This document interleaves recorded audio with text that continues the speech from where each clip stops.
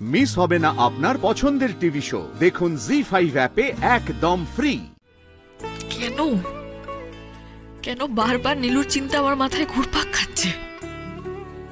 কেন আবার ওর মুখটা ভেবে আমি দুর্বল হয়ে পড়ছি?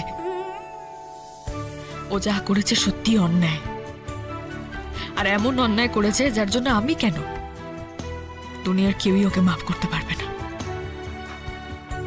তাও খালি মনে হচ্ছে ওকে কি আরেকটু বোঝা উচিত ছিল আমাদের? আরেকটু সময় নিয়ে ওর সঙ্গে কথা বলে ওর সমস্যাগুলো নিয়ে আলোচনা করে, বা যদি ওকে কোনোভাবে কাউন্সেলিং এ পাঠাতে পারতাম, তাহলে কি ও ভালো হতে পারতো? আমরা কি আসলেই কোনো চেষ্টা করেছি ওর রাগ, দুঃখ, অভিমান ওর মন থেকে বের করে আনতে? নাকি শুধুই ওকে ভুলের জন্য দোষারোপ করে গেছি, আর একের পর এক অন্যায় ক্ষমা করে ভেবে নিয়েছি ও নিজে নিজেই শুধরে যাবে?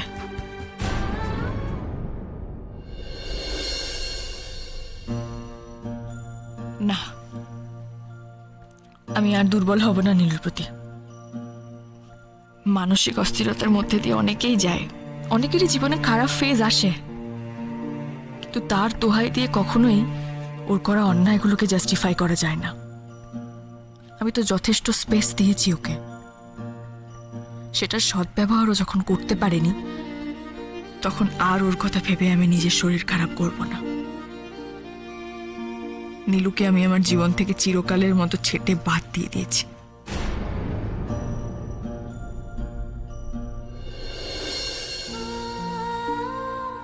এটাকে কি বলে? অন্ধ স্নেহ। নীলুকে নিয়ে ভাবলে না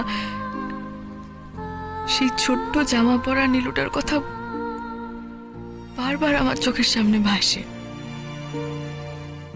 দাদা ভাইয়ের অঙ্কের খাতায় যে ছবি এঁকে পালিয়ে আসতো, মায়ের বকুনি খেয়ে আমার আড়ালে আশ্রয় নিত, খারাপ রেজাল্টের জন্য বাবা ধমক দেওয়ার আগেই আমার কাছে এসে বড় বড় দুটো চোখ তুলে বলতো, দিদি ভাই কেলেঙ্কারি করে ফেলেছি রে, এইবারের মতো আমাকে বাঁচিয়ে দে।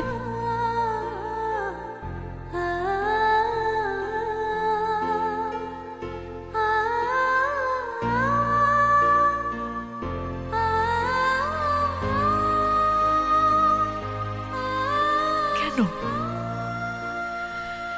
কেন নীলু, কেন তুই কেন এতটা নিচে নেমে গেলি বলতো? তোর মনের নাগালেই তো আমরা আর পাই না তোকে। কেন এত রাগ স্রেফ আমার উপর? আমি কি ক্ষতি করেছিলাম বলতো তোর? সূর্যের সঙ্গে বিয়ে দিয়েছিলাম, সে তো তোকে নিয়ে সংসার করতে চেষ্টা করেছিল, কিন্তু তুই বারবার সেখানেও আঘাত এনেছিস। আমার কি করার আছে বলতো? জি5 ডাউনলোড করুন আর সব এপিসোড দেখুন একদম ফ্রি।